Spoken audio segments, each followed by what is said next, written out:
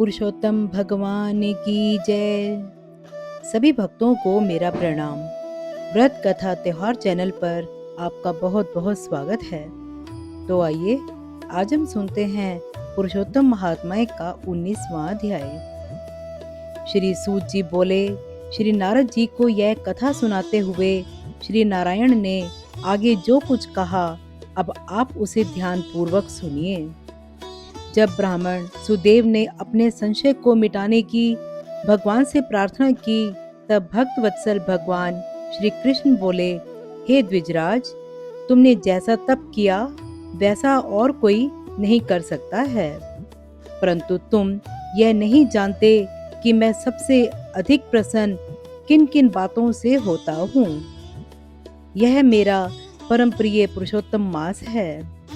तुम दोनों ने शोक में डूबे रहने पर भी इसका सेवन किया है। हे तपोनिधे, इस मास के एक दिन का भी जो धर्म पूर्वक सेवन करते हैं, उसके अनेक पाप भस्म हो जाते हैं। तुम तो महीने भर निराहार रहे हो। निरंतर वर्षा के जल में भीगते रहने के कारण तीनों कालों में स्नान किया है, और वह भी आकाश के पवित्र जल से। महीने भर उपवास किया है। शोक में होने के कारण चेतना नष्ट होने से तुम पुरुषोत्तम मास को जान भी न सके, तथा बिना जाने ही उसका नियम पालन करते रहे।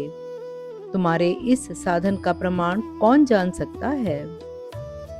पुरुषोत्तम मास की महिमा और पुण्य प्रताप का विवेचन करते हुए भगवान श्री कृष्ण ने स्वयं अपने श्री मुख से आगे कहा, हे तपोधन, पुरुषोत्तम मास सब लोकों में आता है, किंतु धरती पर ही इसका पूजन फलदायी होता है।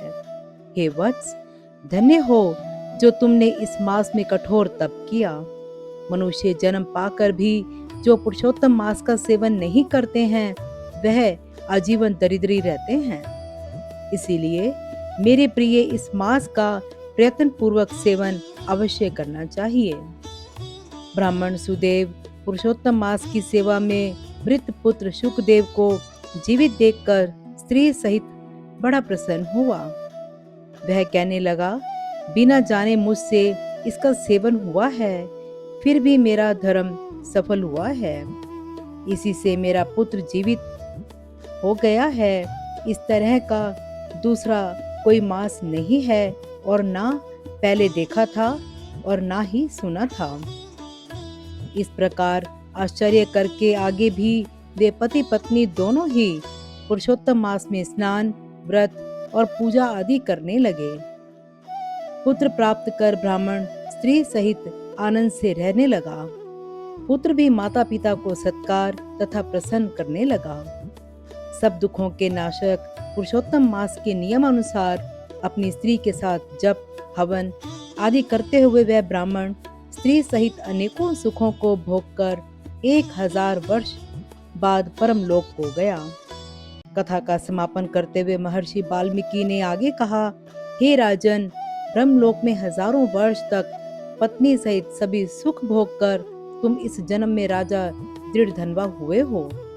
पुरुषोत्तम मास की सेवा करने से ही तुम्हें यह सब वैभव और रिद्धियां प्राप्त हुई हैं। राजन, तुम्हारी रानी वही प्रतिव्रता गौतमी है। हे राजन, तुमने जो चरित्र पूछा वह हमने सुना दिया है। हे भूपाल, पूर्व जन्म में तुम्हारे पुत्र जिन्हें श्री हरि ने जीवित किया, वे शुकदेव नाम से प्रसिद्ध हुए और 12,000 वर्ष पृथ्वी पर सुख भोगकर बैकुंठ को गए। उन्होंने वन में तालाब के किनारे बड़ के पेड़ पर बैठकर तुमको पूर्व जन्म के पिता के नाते उपदेश दिया था। तुम उनके पूर्व जन्म में पिता थे, अतः वे मानते थे कि तुम उनके हित चिंतक प्रत्यक्ष देवता हो। ऐसा विचार करके ही तोते के रूप में उन्होंने तुम्हें उपदेश दिया था। हे महाराज, अब मैं पाप नाशिनी सरयू पर जाऊंगा। श्री नारायण बोले, इस तरह परम यशस्वी महाराज दृढ़धनवा के पूर्व जन्म का हाल कहकर जब महर्षि वाल्मीकि चलने लगे, तब राजा ने उनसे आगे की कथा सुनाने का निवेदन किया। इति श्री पुरुषोत्तम मास महात्म्य वाल्मीकि प्रोक्त दृढ़धन्वोपाख्याने 19 सप्तमो अध्यायः समाप्तम्।